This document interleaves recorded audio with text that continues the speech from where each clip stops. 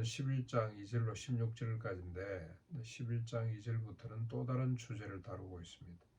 고린도 교회에 문제가 되는 또 다른 문제를 다루는데 회집할 때, 교회에 모일 때 머리를 가리는 문제입니다. 이런 문제 때문에도 교회가 시끄러웠던 것 같습니다. 바울은 이렇게 운을 뗍니다. 너희가 모든 일에 나를 기억하고 또 내가 너희에게 전하여 준 전통을 너희가 지킴으로 내가 칭찬한다. 먼저 칭찬으로 시작을 합니다. 그러나 너희가 알기를 원한다. 한 가지 사실을 알아야 된다는 거죠.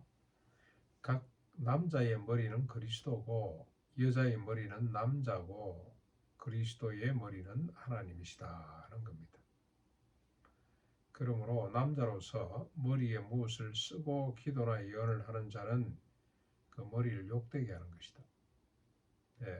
그러나 여자로서 머리에 쓴 것을 벗고 기도나 예언하는 자는 그 머리를 욕되게 하는 것으로 머리를 민 것과 같다는 겁니다. 지금 이 남자는 여자는 남자로부터 나오고 남자는 그리스도로부터 나오고 그리스도는 하나님으로부터 났다 하는 이 질서를 이야기하고 난 뒤에 바로 쓰는 문제, 머리에 쓰는 문제를 이야기를 합니다. 그러니까 머리에 뭘 써야 되냐 말아야 되냐 이런 단순한 문제가 아니고 하나님의 어떤 이 창조 질서 속에서 봐야 된다는 거죠. 그러면서 8절로 10절까지 보면은 남자가 여자에게서 난 것이 아니고 여자가 남자에게서 났다. 또 남자가 여자를 위해서 지음을 받지 아니했고 여자가 남자를 위해서 지음을 받았다. 그러므로 여자는 이 질서를 따른다는 표로 머리에 뭘 써야 된다는 겁니다. 수건을 써야 된다. 저 미국의 그 청교도 교회를 한번 가봤습니다. 갔더니 여자들이 전부 다 머리에 쓰고 성당에도 그러고 있죠. 성당 그러고 있는데 성당에서 쓰는 거하고 의미가 좀 다르죠. 개신교에도 머리에 쓰고 있는 교회가 있더라고요. 보니까 아무튼 여자는 교회 회집할 때 머리에 이 질서를 따른다는 표로 수건을 써야 된다는 겁니다. 뭔가를 두라 뭐 수건이 됐든 모자가 됐든 11절 12절 그러나 주 안에서는 남자 없이 여자만 있지 않고 여자 없이 남자만 있지 않다. 이는 여자가 남자에게서 난 것 같이 남자도 여자에게서 났다는 겁니다. 그리고 모든 것은 하나님께로서 났다. 그러므로 이제 13절 마지막으로 너희는 스스로 판단을 해라. 여자가 머리를 가리지 않고 하나님께 기도하는 것이 마땅하냐는 겁니다. 만일 남자에게 긴 머리가 있으면 자기에게 부끄러움이 되는 것을 본성적으로 알지 않겠냐 하는 겁니다. 이거는 하나님의 계시라기보다는 우리가 위기의 질서, 하나님의 창조 질서 속에서 볼 때 이건 옳지 않다는 겁니다. 그렇죠? 만일 여자가 긴 머리가 있으면 자기에게 영광이 된다는 겁니다. 그런데 긴 머리는 가리라고 하나님이 대신해서 주신 여자의 영광이 다른 데 있는 것이 아니고 긴 머리에 있다는 겁니다. 정리하면 이렇습니다. 이게 이제 이것 때문에 논란이 지금도 계속됩니다. 고린도 교회뿐만이 아니고 현대 교회도 계속됩니다. 우리 저 친구 목사 한 분은 여자들은 무조건 잠잠하라는 거거든 교회에서. 근데 그분이 얼마나 또 이 목회를 잘 하는지 그런 분이 있어요. 이게 지금도 논란이 됩니다만 정리하면 이렇게 할 수 있을 것 같습니다. 주 안에서는 일단 오늘 본문에 보면 남녀 관계는 평등합니다. 남자가 여자로부터 났고 또 여자 또한 남자로부터 나고 그렇죠. 또 모두가 다 하나님께로부터 났고 모두가 다 평등합니다. 누가 먼저냐 뒤냐 할 것 없습니다. 평등합니다.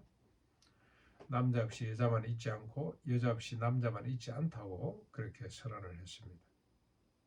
그러나 회집 시에는 차별이 있습니다. 다른 거 아니고 머리에 뭔가를 써야 되느냐 말아야 되느냐 남녀 차별이 있습니다.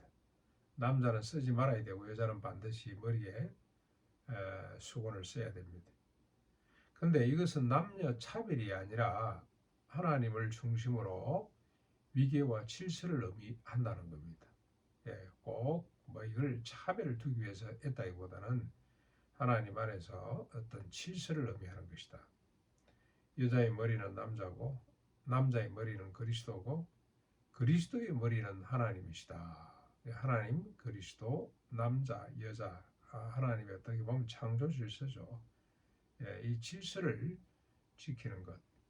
예, 그래서 나중에 14장 34절에 가면은 여자는 교회에서 잠잠하라는 말까지도 나옵니다. 예, 발언을 제한했다기보다는 남편이 발언을 정리해서 절제된 발언을 하라 그런 뜻입니다. 근데 저 보면 우리가 재직회나 뭐 당에는 여성분들이 안 들어오니까 한국교회, 뭐 두려교회는 권사대표가 한 사람 들어오기는 했습니다만은 재직회나 이런 걸 보면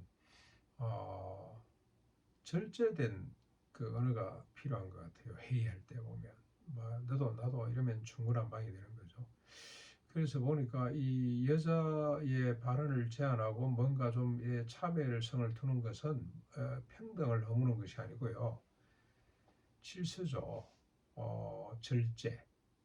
그러니까 무슨 교회에서 논의를 할 때 남녀가 같이 참여하잖아요. 부인과 아내가 같이 참여를 하는데 집에서 미리 의논을 다 해서 남편이 대표격으로 발언을 하면 발언을 절반으로 줄일 수가 있죠. 근데 논의는 다 되는 겁니다. 그렇지? 논의는 다 되지만 발언을 절반으로 줄여서 근데 심지어 이제 뭐 어떤 경우는 집안에 이 부부가 서로 교회에서 의견 다툼을 할 때가 있어요. 그럼 시간 낭비죠. 그래서 뭔가 질서를 지켜서 시간도 절약하고 그리고 또 이런 위계 질서를 생각하면 내 생각보다도 하나님의 뜻을 묻게 되게 돼 있습니다. 하나님은 뭐라고 했는가? 우리 모두의 머리는 그리스도고 그리스도의 머리는 하나님인데 하나님은 뭐라고 말씀을 해요? 이게 이제 잘 이해가 안 되면 제가 저 백파교회라고 있습니다. 그 총회에 한번 참석을 한 적이 있어요. 총회가 거의 대한민국의 모든 교단은 비슷하기 때문에 그때 신대원 학생들에게는 휴가를 줍니다. 총회 참여하라고 참관하라고. 그래서 참관을 했는데 이건 회의가 아니에요. 이거는 뭐 집회입니다. 집회. 조용해요. 서로 뭐 다투고 싸우는 것도 없어요. 서로 뭐 주장하고 뭐 핏대 세우고 뭐 발언권 달라고 막 아우성치고 그러지를 않습니다. 너무너무 조용하게 진행이 되는데 발언하기 전에 그 회의를 하기 전에 전회록 낭독을 하는데 무슨 꼭 그 성경을 읽은 것 같아요. 어째서 이런 회의가 가능하자라고 봤더니 발언을 하기 전에 조용히 있다가 의장하고 발언권을 얻으면 먼저 말씀을 한 구절 읽어야 돼요. 그 발언에 대한 그 의견에 대한 의제에 대한 말씀을 먼저 읽더라고. 그리고 자신의 생각을 이 말씀에 근거해서 이렇게 생각합니다. 그리고 또 가만히 있어요. 그리고 또 다른 데 상문대 한 사람이 일어나서 또 발언권을 얻고 나는 본문 말씀에 근거해서 어디에 근거해서 이렇게 생각합니다. 라고 이야기를 하고 또 잠잠해요. 한 5사람쯤 되고 났더니 그 다음에 의장이 다른 의견 없습니까?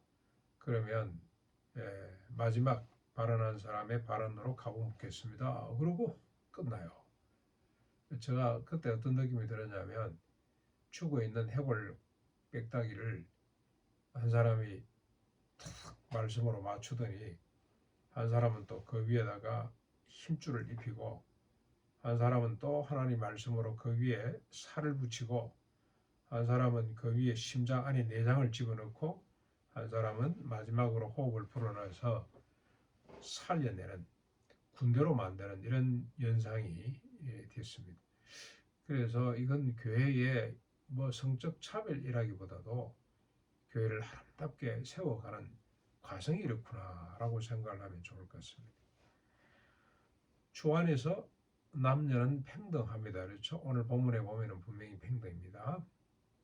그러나 주 안에서 위계와 질서가 필요하다는 것 우리가 늘 잊지 말고 살았으면 좋겠다는 겁니다. 예, 서로 존중이 여기고 그 가운데 질서가 서는 거죠. 이렇게 해서 교회를 아름답게 세우고 또 하나님의 나라를 아름답게 세워갔으면 좋겠습니다.